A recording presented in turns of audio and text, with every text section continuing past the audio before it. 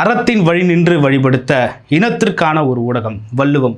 Subscribe செய்து உறுதுணையாகுங்கள். பொருளாதாரம் கொடுத்து பெருந்துணையாகுங்கள்.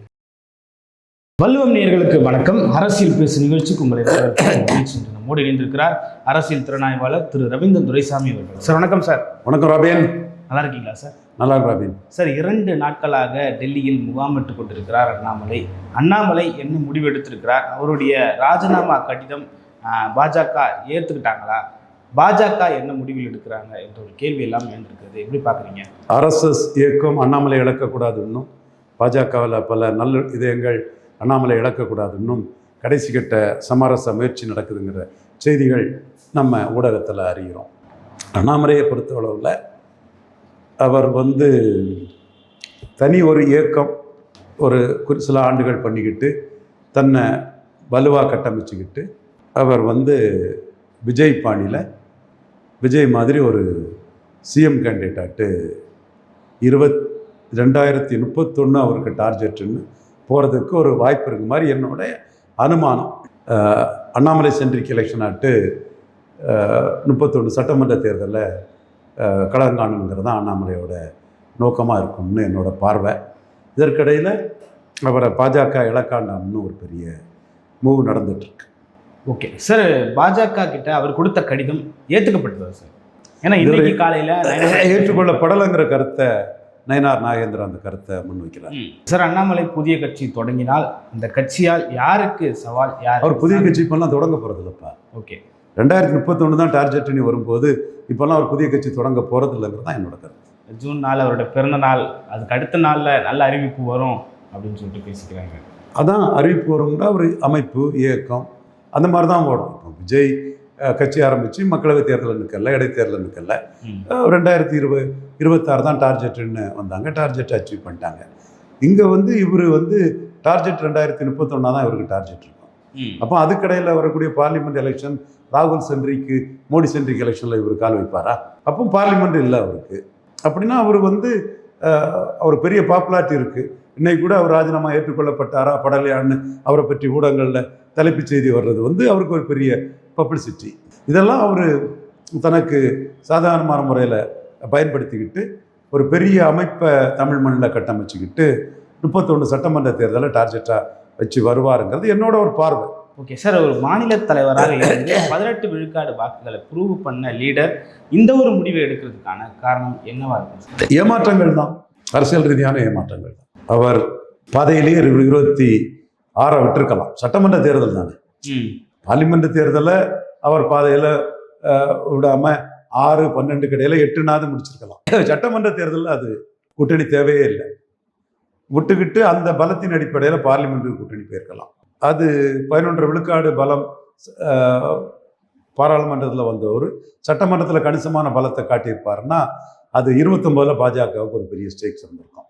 இப்போ 3 விழுக்காடு பலம்னு சொல்லும்போது 29 பாஜகவோட ஸ்டேக்ஸ் ரொம்ப கீழே இருக்குது. அது மட்டும் இல்லை, பாராளுமன்றத்தை கருத்தில் கொண்டு தான் எடப்பாடியே சட்டமன்றத்திலே கூட்டணி போனாங்க. 21 விழுக்காடு வந்துட்டாரு. இப்போ எடப்பாடி மிகவும் தவிர்க்க முடியாத சக்தியாட்டு பாஜகவுக்கு இருக்காரு. ஓகே சார், அண்ணாமலையோட முடிவு ஒருவேளை கட்சி ஏதாவது ஆரம்பிச்சாருன்னா எடப்பாடி மேலும் பலவீனப்படுறதுக்கான வாய்ப்பு இருக்குங்க சார்? அண்ணாமலையோட டெஸ்டிங் கிரவுண்டே 2031 தானே சொல்கிறோம். இப்போ அப்பந்தானே யார் பலவீனப்படுவா, யார் பலம் பெறுவா, இவரோட அதிரடியால் யார் வீழ்வார், யார் வெல்வார், இவர் எந்த அளவுக்கு வெல்வாருங்கிறதெல்லாம் அப்பந்தானே தெரியும். ஓகே சார், இந்தியா கூட்டணியோட கூட்டம் நாளை மறுநாளைக்கு நடக்க போகுது. அதாவது 6ஆம் தேதி நடக்க போகுது. இந்தியா கூட்டணியோட இல்லை திமுக தொடரும் அப்படின்ற ஒரு இந்தியா கூட்டணி கூட்டத்துக்கு யார் அழைப்பு விட்டுருக்கா பார்த்தீங்களா? இல்லை, யார் அழைப்பு விட்டுருக்கா? யாருக்கெல்லாம் அழைப்பு போயிருக்கு? திமுக தொடரும்னு சொல்கிறாங்க சார். திமுக இந்தியா கூட்டணியில் தானே இருக்கிறாங்க. இப்போ தாவேக்கா இந்தியா கூட்டணியில் சேர இல்லையே. சட்டமன்றத்தில் காங்கிரஸ் கட்சி இப்போதைக்கு தாவேக்காவோட ஆதரவில் இருக்காங்க. உதயநிதி ஸ்டாலின் சொல்லிட்டாரு, எதற்கு காங்கிரஸோடு ஒருபோதும் கூட்டணி இல்லைன்னு சொல்லிட்டாரு. இந்தியா கூட்டணியில் திமுக தொடர்ந்து. இந்தியா கூட்டணியில் தான் கம்யூனிஸ்ட் இருக்காங்க, காங்கிரஸ் இருக்காங்க, எதிரெதிராக இருக்காங்க, மம்தா இருக்காங்க, கம்யூனிஸ்ட் இருக்காங்க, காங்கிரஸ் இருக்காங்க வெஸ்ட் பெங்காலில். அதே மாதிரி இங்கேயும் எடுத்துக்கிட வேண்டியதுதான். இந்தியா கூட்டணி ஒரு அர்த்தமற்ற கூட்டணி, மீனிங்லெஸ் கூட்டணின்னு ஆகும். ஓகே சார், விஜய் அவர்கள் எம்பி சீட்டை காங்கிரஸ்க்கு கொடுத்துருக்காரு. அவருடைய எம்பி சீட்டை வந்து காங்கிரஸ் கொடுத்துருக்காரு. எப்படி பார்க்கலாம் இதை? வந்து அவர் கட்சிக்கான ராஜ்யசபா சீட்டு அவர் தான் நிற்பாருன்னு நான் நினச்சேன். அவர் ஆட்சி அமைக்கிறதுக்கு காங்கிரஸுக்கு 5 எம்எல்ஏ துணை புரிஞ்சுது, 108+5. ஸோ அப்போவே ராஜ்யசபாலாம் ப்ராமிஸ் பண்ணியிருப்பாங்க. அந்த அடிப்படையில் 2 மந்திரி ஒரு ராஜ்யசபான்னு கொடுத்துருக்காங்க. ராஜ்யசபாவையே கொடுத்துருக்கதான் ஆச்சரியமாக இருக்குது. பட் என்னோட பார்வை அதாக தான் இருந்தது. அவர் சோனியா பார்க்கல, ராகுலை பார்க்கலன்னு சொல்லும்போது அடுத்தோட பார்த்தா போச்சு, இவர் பெரிய மேட்ரா 10 நாள் பார்க்கலன்னு சொல்லுவாங்க. அதுக்கு மாறா உடனே 11ஆம் நாள் செய்துட்டு போவார். எல்லாம் அவசரப்பட்டெல்லாம் கமெண்ட் பண்ணக்கூடாதுங்கிற கருத்தை நான் சொன்னேன்னா இல்லையா அவங்கள்ட்ட. ஸோ அந்த வகையில் அவர் காங்கிரஸ் கூட தன் உறவை தொடர நினைக்கிறாரு. ஜோதிமணி குதிரை பேரம் நடக்குன்னு சொன்னது காரணமாக இருக்கலாம். எடப்பாடி காங்கிரஸ் ஆப்ஷனை ஓப்பன் பண்ணது காரணமாக இருக்கலாம். கலைஞருக்கு செல்வ பெருந்தகை கலைஞருக்கு போய் டெல்லி மல்லிகார்ஜுன கார்கேயின் கட்டளைப்படி கார்கேயோட லாயலிஸ்டான செல்வ பெருந்தகை வந்து கலைஞர் நினைவிடம் போனது, கலைஞருக்காக மற்ற டெல்லி காங்கிரஸ் தலைவர்கள் இது பண்ணது எல்லாமே பார்க்கும்போது வந்து காங்கிரஸ் கூட்டணி ஒன்றும் முடிவு இல்லை. அவங்க ஏதோ பேரம் பேசுகிற அரசியலை அங்கங்கே ஜம்ப் பண்ணுற அரசியலை பண்ணிகிட்டு இருக்கிறாங்க. இவங்களை நம்ம லைட்டாக ட்ரீட் பண்ணால் வெட்டிட்டு போனாலும் போயிடுவாங்க. ஸோ இவங்களுக்கு உள்ள இதை கொடுத்துருவோம் அப்படின்னு அவங்களுடைய சந்தர்ப்பவாத காங்கிரஸ் அரசியலுக்கு ராஜ்யசபா திமுகவிலும் பார்சல், தாவேகாவிலும் பார்சல். ஓகே சார், தன்னோட முதல் ராஜ்யசபா சீட்டு, தன்னோட முதல் எம்பியை பதிவு பண்ணக்கூடிய ஒரு வாய்ப்பு விஜய்க்கு இருந்தது, அதை இழந்துட்டார் விஜய். அப்படி தான் வரும்னு விஜய் ஆதரவு பத்திரிகைகள் எல்லாம் எழுதுனாங்க. ஆனால் காங்கிரஸ் முக்கியங்கிற ஒரு அரசியல் நகர்வில் அவர் காங்கிரஸுக்கு அதை கொடுத்துருக்கிறார். சார் திடுதிடுப்புன்னு முடிவு எடுத்துட்டாரு நம்ம எடுத்துக்கலாமா கட்சியினுடைய? இல்லை அதெல்லாம் அவர் சினிமா ஹீரோ, எத்தனை டைரக்டரை பார்த்துருப்பாரு, எத்தனை வசனகர்த்தனா, எத்தனை பாடலாசிரியர் இவ்வளோ பாட்டை திருப்பியிருப்பார், எத்தனை பேரை துணை நடிகள் எவ்வளோவர்கிட்ட அவர் புழங்கியிருப்பார். அதெல்லாம் அவருக்கு டெக்னிக்கல் ஸ்டாஃப் என்ன நிறைய அதெல்லாம் ஒன்றும் அவர் என்ன வீட்டிலே இருக்கக்கூடியவர் இதெல்லாம் இல்லை, தெரியும் அதெல்லாம். இது முக்கியம்னு நினச்சிருக்கிறார். ஓகே, இந்தியா கூட்டணியில திமுக தொடர்கிறது அப்படின்ற செய்தி வந்த பிறகு கிரீஷ் சோடங்கர் வந்து விஜயை போய் சந்திக்கிறாரு. உடனே எம்பி சீட்டு தரப்படுகிறது. கூட்டணியில திமுக இருக்கக்கூடாதுன்னு விஜய் விரும்புறாரா? திமுக மட்டும் அவருக்கு விஜய்க்கு எதிரின்னு நான் இப்போ சொல்ல விரும்பல. அப்படியே அவர் சொன்னாலும் அது உண்மைக்கு புறம்பானதுன்னு தான் நான் பார்க்குறேன். ஓகே, இப்போ இந்தியா கூட்டணியில திமுக தொடர்றது விஜய்க்கு எந்த பிரச்சனையும் இல்லைன்னு சொல்ல வரீங்க? காங்கிரஸ் கூட்டணி எடப்பாடி கேரளாவில் வாழ்த்து தெரிவித்து அவரும் ஒரு அப்ளிகேஷனை போடுறாரு. இந்தியா கூட்டணியில் திமுக தொடர்பு மூலமாக திமுக காங்கிரஸ் கூட்டணி மீண்டும் வந்துருங்கிற ஒரு தோற்றம் வருதா? கேரளாவை பயன்படுத்தி பொய்க்கால் குதிரை அரசு காங்கிரஸ் அதை நீக்குதுன்னு நான் சொன்னேன் இல்லையா? அது தக்கன அந்த ஜோதிமணியை குதிரை பேரம் அலோவ் பண்ண முடியாது, எங்கள் பிடியில தான் நீங்கள் இருக்கணும், நீங்கள் வந்து அதிமுகவில் வந்து ஆள் எடுக்க முடியாதுன்னு அவங்க வேற பண்ணுறாங்க இல்லையா? அப்போ காங்கிரஸுக்கு வந்து எடப்பாடி ஆஃபர் கொடுக்குறாரு திமுக. ஆனால் திமுக இதில் சிதம்பரம் பை விஜயை பார்த்துட்டாரு. திமுகவுக்கும் காங்கிரஸுக்கும் வந்து ஒட்டுமில்ல உறவு இல்லைங்கிறது ஆல்மோஸ்ட் முடிஞ்ச மாதிரி தான் தெரியுது. என்றாலும் இந்த அரசியல் கணக்குக்குள்ள கிறிஸ்டின் முஸ்லீம் ஓட்டுக்கு ரொம்ப முக்கியத்துவம் கொடுத்து காங்கிரஸுக்கு ஒரு அரசியலை பண்ணுவாங்க. அதை உடைக்கணும் அழிக்கணுங்கிறதா நம்ம நோக்கம். ராபி ஓகே சார், புரியுது. இருந்தாலும் திரும்ப கேட்குறேன், இந்தியா கூட்டணியில் தொடர்கிறதா இல்லையா திமுக? திமுக தான் சொல்லணும் தொடரும். காங்கிரஸ் இல்லாத இந்தியா கூட்டணியில் தொடரும்னு சொன்னாலும் சொல்லுவாங்க. ஏன்னா இப்போ கர்நாடகாவோட முதலமைச்சராக பதவியேற்றிருக்கிற DK சிவகுமார் அவர்களும் சொல்லியிருக்காரு, விஜய் இம்மெச்சூர்டு பாலிட்டிஷியன், திமுக தான் இந்தியா கூட்டணியில் இருக்கு அப்படின்னு சொல்லியிருக்கிறாரா? அவர் ஏற்கனவே இந்த மேகதாது பிரச்சனையில விஜய்கிட்ட ஒரு பிரச்சனை பண்ணிட்டு தான் இருக்கிறாரு. என்ன காங்கிரஸ்காரன், என்ன இது ஒரு கட்சி திமுக கூட்டணியில இருந்தே கள்ளத்தனமாக கூட்டணி பேசினாப்புல ஒரு பிரவீன் சக்கரவர்த்தி, அது பெரிய யோக்கியத்தனமாக பேசுறது, மகன் ஒரு கூட்டணி பேசுறது, அம்மா இன்னொரு கட்சின்னு சோனியா காந்தி பண்ணுறது, காங்கிரஸில் தான் இந்த மாதிரி எல்லாம் இருக்கும். ஓகே சார், துரை வைகோ திருச்சிக்கு விஜய் போயிருந்தப்போ சொல்லியிருந்தாரு, நாங்கள் வந்து துரதிருஷ்டவசமாக திமுக அவரோட உதயசூரியன் சின்னத்தில் நின்றுட்டோம், நாங்கள் தனிச்சின்னத்தில் நின்றுருந்தா கண்டிப்பாக ஆதரவு அளிச்சிருப்போன்ற மாதிரி சொல்லியிருந்தாரு. தனித்து விடப்படுகிறதா திமுக என்ற ஒரு கேள்வி இருக்கு. இந்திரா காந்தி 77 தோல்விக்கு பிறகு சி சுப்பிரமணியம், பக்தவச்சலம் இவங்கெல்லாம் வந்து பிரமாந்த் ரெட்டி போன்றவங்களாம் டெசர்ட் பண்ணிட்டு போயிட்டாங்க. 77 மக்களவை கலைஞர் தோல்விக்கு பிறகு நெடுஞ்செழியன் இவங்கெல்லாம் கலைஞரை டெசர்ட் பண்ணிட்டு போயிட்டாங்க.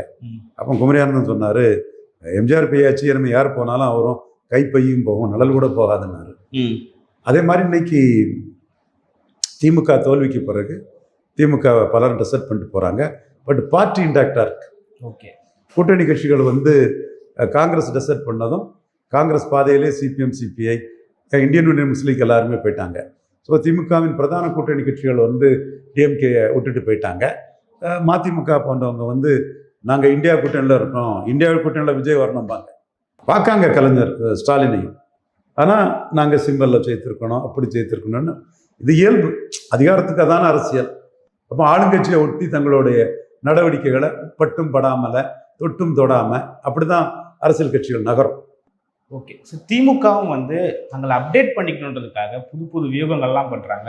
சமீபத்தில் ஜென்சி கூட்டம் வேற ஒன்று போட்டிருந்தாங்க. தாவேக்காவுக்கு இணையாக ஒரு ஜென்சி கூட்டம் போடணும்னு சொல்லிட்டு போட்டிருந்தாங்க. எப்படி பார்க்கலாம் அது? எதிரி ஒரு ஆயுதத்தை எடுத்து விளையாடி அதனால பலன் பெறும்னா நம்மளும் அந்த ஆயுதத்தை எடுக்க இதில் எந்த தவறும் இல்லைங்கிறது தான் திமுகவுக்கு முடிவு.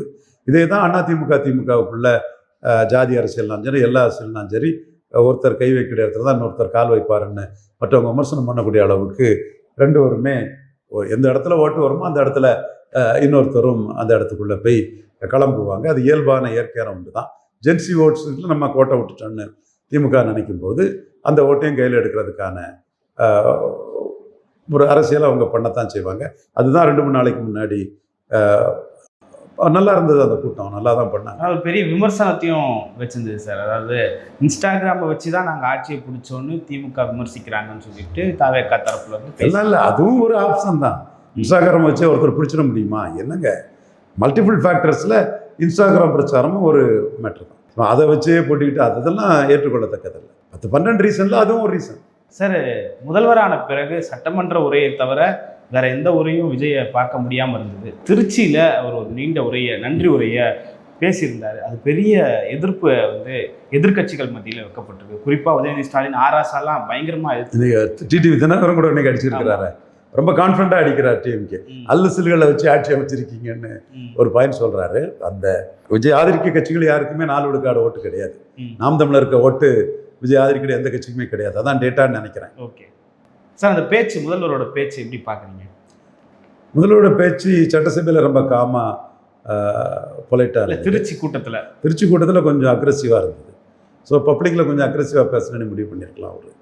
பட் அதில் அவர் வந்து திமுகவுக்கும் டிவிக்கும் போட்டி நீங்கள் முடிவு பண்ண முடியாது. அது மக்கள் தான் முடிவு பண்ணணும்.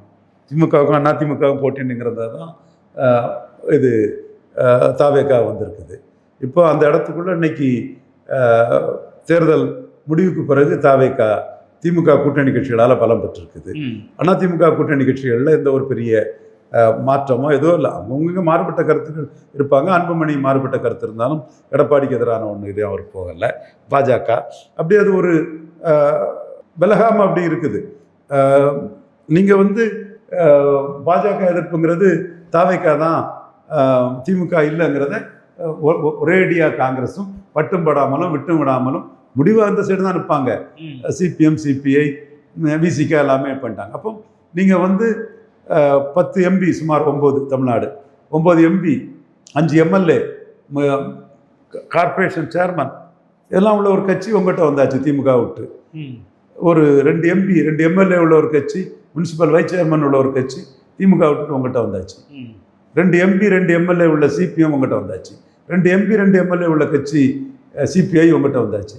ஒரு எம்பி 2 எம்எல்ஏ உள்ள ஐயுஎம்எல்ஏ வந்தாச்சு. 9, 6, 15, 16 எம்பிக்கள் பலம் கொண்ட ஒரு கட்சி, தமிழ்நாட்டை பிரதிநிதிப்படுத்துகிற மக்களை உறுப்பினர் 16 எம்பிக்கள் பலம் கொண்ட ஒரு கட்சி திமுக விட்டுட்டு உங்கள்கிட்ட வந்தாச்சு. இனிமேல் என்ன, இவங்கெல்லாம் திமுக கூட நிற்கும் போதே நீங்கள் ஜெயித்தாச்சு. என்ன திமுகவும் தாவேக்காவுக்கும் போட்டின்னா என்னங்க ஏற்றுக்கொள்ள முடியுமா? அது இன்னும் பிரச்சார மோட்லேயே இருக்காரு. அது அவர் விருப்பம். இந்த பாயிண்ட் ஏற்றுக்கிட முடியுமான்னு கேட்டேன். ஓகே, அப்புறம் அவருக்குள்ள உரிமையில என்ன முடியலையும் பண்ணிட்டு போகலாம். இந்த பாயிண்ட் ஏற்றுக்கொள்ளத்தக்கதா? தாவேக்காவை தோக்கடிக்கக்கூடிய லெவலில், ஃபைட் பண்ணக்கூடிய லெவல்லையா திமுக அன்னைக்கு இருக்குது? ஏங்க ஒரு நியாயம் வேண்டாமா?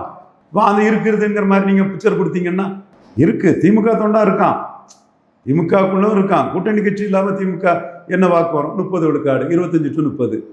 நீங்கள் 42 கிட்ட பெய்யாச்சா கூட்டணி எல்லாம் சேர்த்து? அப்போ 25 to 30 வச்சு எப்படி 40 ப்ளஸ் போன தாவேக்காவை திமுக தோக்கடிக்க முடியும்? ஸ்டாலினுக்கு தெரியாதா இது? உதயநிதி ஸ்டாலினுக்கு தெரியாதா? ஆராசாவுக்கு தெரியாதா? திமுகவில் உள்ள முன்னணி தலைவர்கள் பெரிய கருப்பனுக்கு தெரியாதா? திமுகவில் துரைமுருகனுக்கு தெரியாதா? அனிதா ராதாகிருஷ்ணனுக்கு தெரியாதா? ரகுபதிக்கு தெரியாதா? செந்தில் பாலாஜிக்கு தெரியாதா? சக்கரபாணிக்கு தெரியாதா? சக்கரபாணிக்கு தெரியாதா?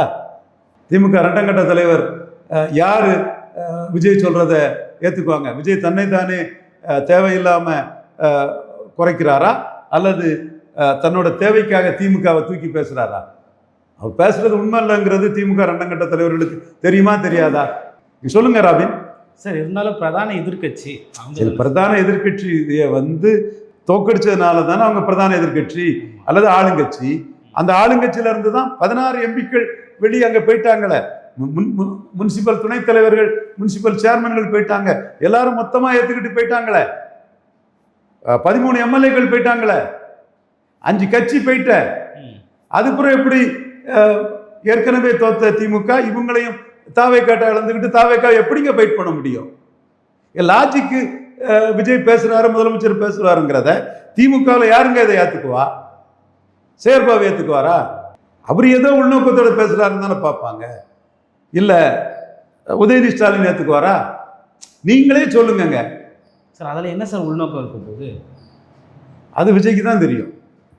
விஜய்க்கு தான் தெரியும். சொல்றது நியாயம் இல்லை, உண்மைக்கு புறம்பானதுங்கிறது உங்களுக்கு தெரியுது, எனக்கு தெரியுது. பல்வேறு கருத்துக்களை பகிர்ந்து மற்றும் ஒரு கான்செப்ட். நன்றி சார். நன்றி.